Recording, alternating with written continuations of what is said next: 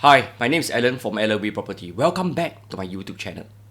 In today's video, I'm going to talk about the 1.73 million HDB flat that shocked the entire HDB resale market. 5-room HDB flat at Margaret Drive sold for a record 1.73 million. Serious? This brings me back to some questions. What is happening to the HDB resale market? Is this a fair market transaction? Are we going to see 2 million HDB transaction very soon too? Why are buyers so keen on such flats? And are they priced out of the private property market? And lastly, will the authorities start to cool the red-hot HDB market anytime soon? Especially so with a looming general election. Here, we will explore all this right in this video. Let's go. Let me go into some details about this HDB cluster. Sky Oasis at Dawson is a 1192 unit HDB estate in Queenstown. It was completed in 2021. It comprised 6 residential blocks ranging from 26 to 45 story in height and housed 2 to 5 room HDB flats. The project is within walking distance to Queenstown MRT station on the east-west line, and next to it is Queenstown Primary School on Market Drive. Sky Oasis at Dawson is one of the many other precincts built by HDB to relocate owners who are affected by the SIR exercise in Tanglin Halt a decade ago. This is one of the largest SIR exercise ever conducted by HDB to relocate thousands of HDB owners. I can still recall when HDB announced SIR on that fateful day. Many existing flat owners are asking for high COV for their flats in return for the incoming buyers to benefit from the SIR replacement flats. For those who are unfamiliar with this area, I've taken some videos of the surrounding view from the Sky Terrace. From afar, you can technically see Bukit Timah Hill to the Good Class Bungalow area right in front of you, to the Orchard Road skyline view. What else can you ask more for? Here, you don't even need to on aircon at night. It's so breezy, especially so for those on the higher floors. There are also many other Sky Terrace that also act as fire refuge area in the event of an emergency. There are also landscaping area to playground to elderly friendly fitness corners that you find in any typical condo. Most importantly, as mentioned many times before, HDB built freaking good flats for residents to stay. That is why you can see a generous common area.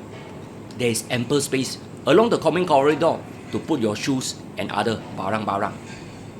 This is in comparison to the private segment where homes are built to the maximize efficiencies to generate the highest profit. HDB really get it right here. That is why HDB flats wins awards in international design competition. Do you know what is the best part? High irony, HDB flats are designed by private architect. So next time, don't say we don't have talent. Anyway, back to the 1.73 million HDB flat. As reported, this is a premium 5-room HDB flat at Sky Oasis at Dawson on Margaret Drive, which has set a new HDB resale record when the 1195 square feet unit was sold for 1.73 million on June 26. This is after all a flat that was only 3.5 years old with a 96 years remaining lease. It's on the 45th floor and measures 111 square meter. Okay, you all don't need to kanchong first when you hear 1.73 million. Let me run through some numbers first. In this simple study, I will use 2 other HDB flats in the vicinity for comparison. Firstly, let me plug in the numbers. For Sky Oasis at Dawson, this unit is located on the 45th story. I have keyed in its age and balance lease, which is important for our calculation later. Based on the selling price of 1.73 million, the PSF is 1448 PSF based on 111 square meter. Next, we will use another champion known as City View at Henderson along Henderson Road. This unit was located on the 46 to 48 story. It is 6 years old and has a balance lease of 93 years. Based on the selling price of 1.588 million, the per square feet is 1306 PSF based on 113 square meter. Hold on first, let me use another transaction in Tiong Bahru. Tiong Bahru View is another champion that I have mentioned before in my Tiong Bahru video. This cluster is right next to Tiong Bahru Plaza at MRT station. How to go wrong? Anyway, this particular unit was located on the 34th to 36th story. It's slightly older at 9 years old and has a balance lease of 90 years. Based on the 1.568 million selling price, the PSF is 1301 PSF. Here, if we compare the 1448 PSF against the other 1003 PSF, it seems that these 1.73 million buyers have overpaid by slightly 11% against the other two nearby transactions. Is that correct to say that? Hold on first, we haven't accounted for its balance list, remember? If I run another set of calculation again by dividing the selling price by its balance list, this means for the 1.73 million deal, its linear depreciation is 18,000 per annum. This is in comparison to the other two transactions at 17,000 per annum. This only works out to a 6% difference factoring in its balance list. Is 6% a lot for your neighbor to be selling higher than your house? This is not significant in my opinion, factoring in the unblocked view this unit has to offer. Not forgetting, it should be facing either the city view from the north or the sea view from the south. As mentioned before, the better already won half with a spectacular view. Hence, this means this transaction is slightly on the high side, but it is still acceptable. You no worry. Don't need to worry if HDB will cool the market as of now. However, there is another concern, affordability. This is a very timely article published by my company, PropNext, on affordability. The headline read, PropNext survey of HDB flat owners show that nearly 5 in 10 respondents aspire to upgrade from their existing flat. High home prices and ABSD seems as key challenges to upgrading. It stated that 5% to 18% find BTO flats unaffordable.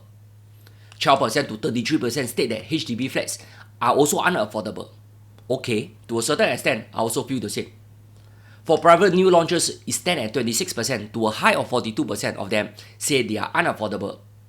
This part, I have no doubt about it. As for private resale, the number hover around 23% to a high of 38%. The number for the private condo are the cause of concern. In another chart, it states that the projected housing budget for the next home purchase.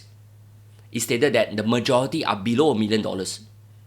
Obviously, this applies to HDB flats. 31% say it is within 1 million to 1.5 million. This one, if you are looking at mass market 3-bedroom condo, they are already at the 1.5 million mark. Only 10% have a budget of between 1.5 million to 2 million. Sadly, they can't even afford new homes. They have to turn to the resale market in general. For those above 2 million, it stands at 3%, and the list goes on. Here, what does all this mean? Well, HDB upgraders are priced out of the private market, since a new 3-bedroom condo today will easily cost more than $2 million. What can they do next? Well, the other option is to buy back a resale HDB law. That is why there is a strong demand to go for executive flats that are close to $1 million, or even HDB BTO flats. Let's say you don't really have plans to go back to HDB. You have set your sight on a nearby resale condo instead. A typical 3-bedroom in Margaret View will easily cost you close to $2 million. For the 4-bedroom that measure 1184 square feet, which is the size of a 5-room HDB flat, this will set you back by $2.58 million. If you have that budget, just go for it. However, what if your budget is less than $2 million and you die want to stay in Queenstown? What else will you consider? Obviously, it will be those newly MOP HDB 5-room resale flat in the same area. Since both HDB flat and condos are both 99 years old, except HDB come with more stringent conditions. But if you are buying a home, why bother so much about the conditions? Correct? This brings me back to my last part. The 1.73 million transaction can be classified as a one-off thing. But with more flats achieving its MOP, there will surely be more similar transactions around. And some owners will surely want to unseat this record. HDB has always said they are committed to affordable housing. Affordable HDB flats for all have always been the cornerstone of HDB success. But what if HDB prices are running away due to HDB own success and also partially due to runaway private prices? Should the authority take a hard look at this pressing issue before the next general election that is due to be called by November 2025? Property prices have always been a hot potato topic in most GE.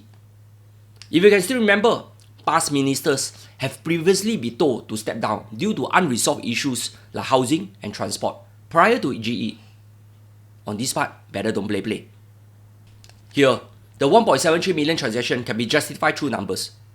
However, when the noise become louder and market sentiment start to shift, new policy will be in place to pacify the unsettling crowd.